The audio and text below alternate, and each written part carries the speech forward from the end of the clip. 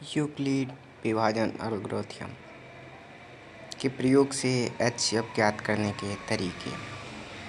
प्रश्नावली first lesson का math के फर्स्ट लेसन के प्रश्नावली 1.1। तो हम इसको सॉल्व करेंगे। पहला क्वेश्चन 1, 3, 5 और 2, 2, 5। तो दोस्तों इसी प्रकार करेंगे। ए बराबर जो बड़ी संख्या होती है वो ए माना जाता है और बी जो होता है वो छोटी संख्या को माना जाता है। और एल्गोरिथ्म यूक्लिड एल्गोरिथ्म के प्रयोग से हम केवल दो संख्याओं दी हों और उनका एचसीएफ ज्ञात करना हो तो हम ऐसा कर सकते हैं। तो ऐसे करते हैं। अब आगे चलते चलते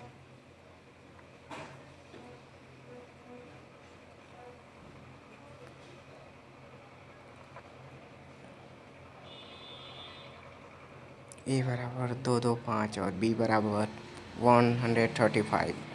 सबसे बड़ी संख्या को ए तथा सबसे छोटी संख्या को बी मानते हैं यूक्लिड विभाजन एल्गोरिथ्म के प्रयोग से।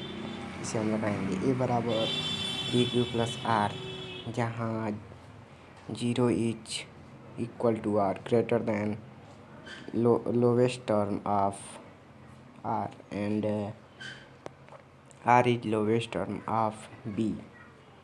तो जो ए बराबर है वो 135 गुणे 1 प्लस 90। 135 जो होगा बी को ए मान लेते हैं और 135 बराबर 90 गुणे 1 प्लस 45।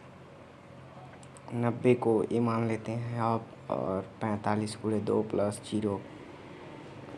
जब हमें आर 0 प्राप्त होता है तो हम आगे हल करना बंद कर देते हैं। बी बराबर बी का मान ही एचसीएफ का मान होता है। चूँकि बी बराबर 45 है इसलिए एचसीएफ बराबर 45 होगा। इसी प्रकार देखते हैं अगले वाले क्वेश्चन को 196 38,220। हल अब इसका देखते हैं। ए बराबर 38,220 एंड बी बराबर 196। सबसे बड़ी संख्या को ए मानते हैं तथा सबसे छोटी संख्या को बी मानते हैं यूक्लिड विभाजन एल्गोरिथ्म के प्रयोग से। ए बराबर बी क्यू प्लस आर, तब 38,220 बराबर 196 गुणे 195 प्लस 0। जब हमें आर बराबर 0 प्राप्त हो जाता है तो हम आगे हल करना बंद कर देते हैं। हमने इसके पहले वाले क्वेश्चन में भी बताया था। बी बराबर चूँकि बी का मान एचसीएफ का मान होता है इसीलिए बी बराबर 196 है, एचसीएफ 196 होगा। तो दोस्तों अब इसी प्रकार तीसरे को भी हल करेंगे। अब दूसरे क्वेश्चन को हल करते हैं। इसमें दिया गया है दर्शाइए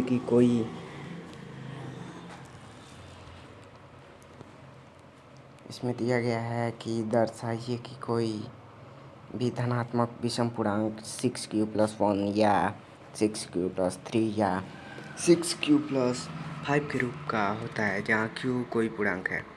इसका हल इस प्रकार करेंगे। दर्शाना है, क्योंकि दर्शाने की ही बात कही गई है इसीलिए लिखेंगे दर्शाना है।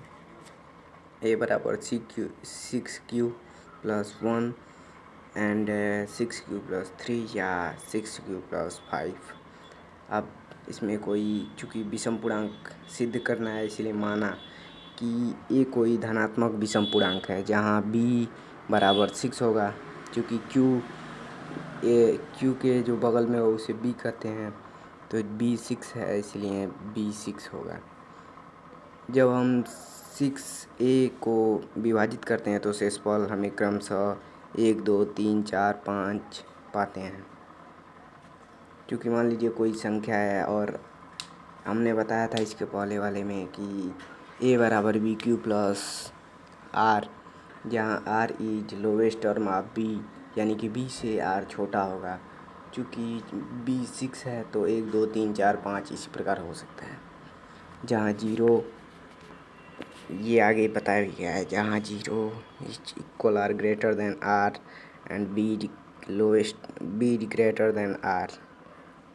यहाँ एक विषम पूर्णांक है, चूँकि यहाँ पे आगे क्वेश्चन में भी बताया गया है कि विषम पूर्णांक है। इसीलिए शेषफल भी विषम पूर्णांक ही होगा। तो शेषफल होगा 1, 3, 5। चूँकि 2 और 4 और ये दोनों समपूर्णांक हैं। यूक्लिड विभाजन एल्गोरिथ्म के प्रयोग से हम पाते हैं कि a बराबर 6q+1 और 6q+3 या 6q+5, ये तीनों होगा बस। तीसरा क्वेश्चन है, किसी परेड में 616 सदस्यों वाली एक सेना यानी कि आर्मी की टुकड़ी को 32 सदस्यों वाली एक आर्मी बैंड के पीछे मार्च करना है। दोनों समूहों को समान संख्या वाले स्तंभों में मार्च करना है, यानी कि समान संख्या जो है स्तंभों की, उसी में दोनों को 32 को भी और 616 वाली सदस्यों वाली आर्मी की टुकड़ी को मार्च करना है। उन स्तंभों की अधिकतम संख्या क्या है जिसमें वे मार्च कर सकते हैं। इसमें ये पूछा गया है कि वो जो मार्च करने वाली परेड है वो स्तंभों की अत्यधिक संख्या क्या हो सकती है। स्तंभों की अत्यधिक संख्या यानी कि HCF, मतलब किसी भी चीज़ की अधिकतम। HCF का मतलब होता है हाईएस्ट कॉमन फैक्टर, यानी कि महत्तम समापवर्तक उच्चतम मौसम मतलब महत्तम अधिक वाली संख्या का। तो अधिक स्तंभों की अधिकतम संख्या ज्ञात करना है, यानी कि HCF ज्ञात करना है। और LCM में लोवेस्ट कॉमन फैक्टर होता है, क्योंकि लोवेस्ट कॉमन फैक्टर मतलब LCM, जिसमें लघुत्तम सबसे छोटी संख्या का वर्णन, अधिकतम नहीं पूछा जाए बल्कि छोटी संख्या का पूछा जाए। तो HCF बराबर 616 और 32 का निकालना है। तो इस प्रकार हम ये करेंगे कि A बराबर 616 और B बराबर 32 होगा, क्योंकि सबसे बड़ी संख्या को A और सबसे छोटी संख्या को B मानते हैं। अब यूक्लिड विभाजन एल्गोरिथ्म के प्रयोग से A बराबर BQ+R, जहाँ B is greater than and R is greater than O और 0। तो 616 बराबर 32 × 19 + R। जब हम R 0 प्राप्त होता है तो हम आगे हल करना बंद कर देते हैं, ये तो हम लोग जान ही गए हैं। तो 32 बराबर 8 × 4 + 0, यानी कि 8 चौको 32, ख़त्म। B बराबर 8 आ रहा है तो B का मान HCF होता है, इसीलिए HCF बराबर 8 होगा। यूक्लिड विभाजन प्रमेयिका के प्रयोग करके दर्शाइए कि धनात्मक पूर्णांक का वर्ग किसी पूर्णांक m के लिए 3m या 3m+1 के रूप का होता है।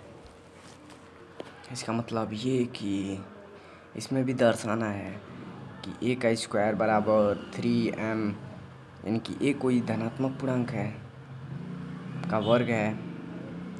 a स्क्वायर मतलब धनात्मक पूर्णांक का वर्ग बराबर 3m या 3m+1 के रूप में दर्शाना है। तो चूँकि a बराबर BQ+R मानते हैं इसमें कि a कोई धनात्मक पूर्णांक है, जहाँ b बराबर 3 और r बराबर 0, 1, 2, क्योंकि b is greater than r and r is greater than 0 और इक्वल टू। तो 3, इसमें b का मान दिया है 3, तो 3 से r छोटा होगा, यानी कि 1 और 2 हो ही सकता है, और उसके बाद या तो 0 हो सकता है। तो तब हम a बराबर 3q+R, यानी कि q का मान नहीं दिया है और r का मान भी नहीं दिया है। तो कुछ पूर्णांकों के लिए जैसे 0 जो होता है वो इक्वल हो सकता है q के, या ग्रेटर देन भी हो सकता है q 0 के। इसलिए a बराबर 3q+0 या 3q+1 या 3q+2 होगा। अब हम पाते हैं ये कि a का स्क्वायर करने पर, a का स्क्वायर मतलब 3m को q माना गया है। तो 3m मतलब q, मतलब q का मान जो है वो m दिया गया है, तो उसकी जगह q लिख देते हैं a का स्क्वायर करने पर, यानी कि 3q+0, यानी कि 3m+0 का स्क्वायर करने पे, या 3q+0 का स्क्वायर करने पे, या 3q+1 या 3q+2 का स्क्वायर करने पर। अब हम आगे पाते हैं कि a का स्क्वायर बराबर 9q का स्क्वायर, यानी कि जो पहला वाला क्वेश्चन है ये यहाँ पे देखिए आप लोग, 3 क्यू प्लस 0 का होल स्क्वायर जहाँ दिया गया वहाँ उसका होगा 9 क्यू स्क्वायर, और उसके बगल का जो है 3 क्यू प्लस 1 का स्क्वायर दिया गया है वहाँ पे 9 क्यू का स्क्वायर प्लस 6 क्यू का स्क्वायर प्लस 1 का स्क्वायर, और उसके बगल जो दिया गया है 6 क्यू प्लस 2 का स्क्वायर बराबर 6 क्यू का स्क्वायर प्लस 12 का स्क्वायर प्लस 4। यानी कि आगे हम पाते हैं कि ए का स्क्वायर बराबर 9 क्यू का स्क्वायर या 9 क्यू का स्क्वायर प्लस 6 क्यू का स्क्वायर प्लस 1 या 9 क्यू का square plus 12 Q plus 3 plus 1। ए का स्क्वायर बराबर 3 कोष्टक में इन दोनों कॉमन लेंगे, क्योंकि 9 क्यू का स्क्वायर वाला कॉमन लेंगे तो 3 कॉमन में कोष्टक में 3 क्यू का स्क्वायर या इसमें भी कॉमन लेते हैं हम लोग, तो 3 का कॉमन लेंगे तो ये 9 क्यू जो स्क्वायर है वो 3 क्यू स्क्वायर होगा, क्योंकि 3 3 9 होता है।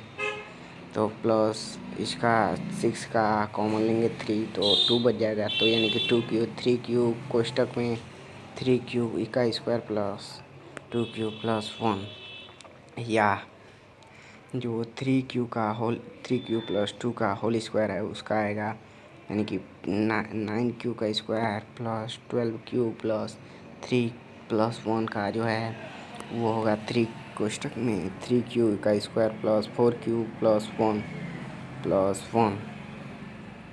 यदि हम m का मान जो है वो 3m हम लोग दिया गया था a बराबर 3m, तो 3 कॉमन नहीं है इसीलिए हम लोग तो जो m का मान बच जा रहा है वो हो रहा है 3 क्यू का स्क्वायर पहले वाले में, और दूसरे में आएगा 3 क्यू का स्क्वायर प्लस 2 क्यू, यानी कि यहाँ कोष्टक के अंदर जो दिया गया देखिए, और यहाँ 3 क्यू का स्क्वायर प्लस 4 क्यू प्लस 1 आएगा, इन्हीं तीनों में से आएगा। तो ए बराबर मान आ रहा है 3m या 3m प्लस 1 या 3m प्लस 1, यही आंसर आ रहा है। तो अब हम लोग देखते हैं 5वां क्वेश्चन। यूक्लिड विभाजन प्रमेयिका का प्रयोग करके दर्शाइए कि धनात्मक पूर्णांकों का घन 9m प्लस 1 या 9m प्लस 8 के रूप का होता है। हल। अब इसे हम हल करते हैं। माना ए कोई धनात्मक पूर्णांक है। यूक्लिड विभाजन प्रमेयिका के प्रयोग से हम लगाते हैं ए बराबर बी क्यू प्लस आर, जहाँ R is lowest term of B and 0 is equal R lowest term of R, यानी कि बी का मान 9 रखने पे, जहाँ पे क्वेश्चन में दिया गया है ये 9, तो बी का मान 9 रखने पर हम पाते हैं कि ए बराबर 9 क्यू प्लस आर, जहाँ 9 जो है वो आर से बड़ा होगा और जो 0 होगा वो आर के बराबर या बड़ा होगा, छोटा होगा उससे। जब आर बराबर 0 होगा तो हम लोग आगे हल करना बंद कर देते हैं। तो ए बराबर 9 क्यू प्लस 0 बराबर 9 क्यू, तो ए का होल क्यू, ए का क्यू निकालेंगे तो हम लोग आएगा 9 क्यू का क्यू, या जो होगा वो 9 कोष्टक में 81 क्यू का क्यूब, या 9m, जहाँ m बराबर 81 क्यू का क्यू होगा। जब r बराबर 1 होगा तब a बराबर 9 क्यू प्लस 1 होगा। a का क्यू बराबर 9 क्यू प्लस 1 का होल क्यू, यानी कि 9 कोष्टक में 81 क्यू का क्यूब प्लस 27 क्यू का स्क्वायर प्लस 3 क्यू प्लस 1, यानी कि 9m प्लस 1, जहाँ m बराबर 81 Q plus 27 Q plus 3 Q. जब r बराबर 2 होगा तब a बराबर 9 क्यू प्लस 2 होगा, यानी कि a का क्यूब बराबर 9 क्यू प्लस 2 का होल क्यूब बराबर 9 कोष्टक में 81 क्यू का क्यूब प्लस 54 क्यूब का स्क्वायर प्लस 12 क्यूब कोष्टक 1 प्लस 8 होगा। ये जो है अब वो अब इसके आगे बढ़ते हैं तो 9m+2, जहाँ m बराबर 81 क्यूब का क्यूब होगा प्लस 54 क्यू स्क्वायर होगा प्लस 12 क्यू। अतः किसी धनात्मक पूर्णांक का, इसे आगे लिखेंगे कि अतः किसी धनात्मक पूर्णांक का घन 9m या 9m+1 या 9m+8 के रूप का होगा। जो ये दिया गया है 9 कोष्टक में 81 क्यूब का क्यूब प्लस 54 क्यू का स्क्वायर प्लस 12 क्यू, वो है 9m+8 का होल क्यूब बताया गया है उसमें। और जो ये 9q+2 दिया गया है वो 9m+1 का होल क्यूब बताया गया है। ठीक है, अब उसके आगे बढ़ते हैं तो अब 1.2 प्रश्नावली 1.2 को हम लोग इसी में कुछ प्रश्नों का हल कर लेते हैं। प्रश्नावली 1.2 का निम्नलिखित संख्या को अभाज्य गुणनखंड के रूप में व्यक्त करना है। क्योंकि 140 का एलसीएम निकालना आप लोग जानते ही हैं, मैंने बताया भी था। अभाज्य गुणनखंड मतलब एलसीएम, लोवेस्ट कॉमन फैक्टर, यानी कि उसको खंड खंड में तोड़ देना है। तो 140 को 7 से काटेंगे तो 20 बार में कट जाएगा, 5 से काटेंगे तो 4 बार में कटेगा, 2 से काटेंगे तो 2 बार में, और 2 से काटेंगे फिर से तो 1 बार में। अब इसका प्राइम फैक्टराइजेशन मतलब अभाज्य गुणनखंड 140 का होगा 2 गुणे 2 गुणे 5 गुणे 7, यानी कि जो इस साइड जो हम लोग एलसीएम किए हैं तो वो लाइन खींचे हैं, उसके लेफ्ट साइड वाला जो है वही उसका अभाज्य गुणनखंड है। तो इसका अभाज्य गुणनखंड को और छोटे रूप में लिखेंगे तो 2 का स्क्वायर प्लस 2 का स्क्वायर गुणे 5 गुणे 7।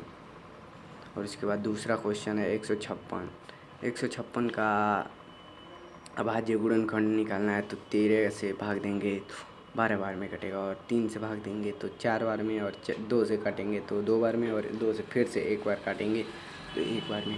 अब इसका यानी कि अभाज्य गुणनखंड मतलब prime factorisation of 156 equal to 2 गुणे 2 गुणे 3 गुणे 13, यानी कि 13 3 39 मतलब, और 39 गुणे 2 गुणे 2 पूरा आंसर आ जाएगा।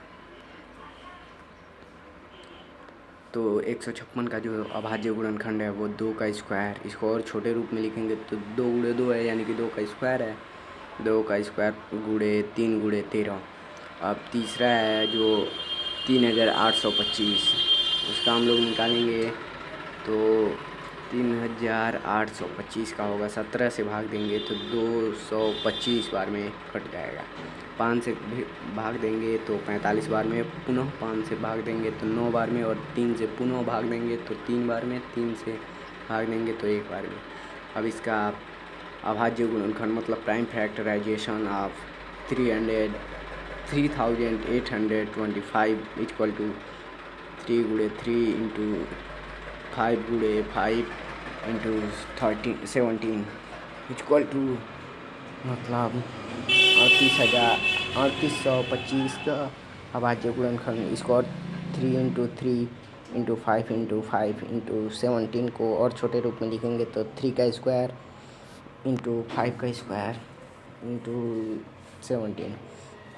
चौथा क्वेश्चन है 5005। अब इसको 13 से भाग देंगे तो 13 से भाग देंगे तो 3385 आएगा। तो फिर से इसे 11 से भाग देंगे, 11 से भाग देंगे तो 35 आएगा, और 7 से भाग देंगे तो 5, और 5 से भाग देंगे तो 1।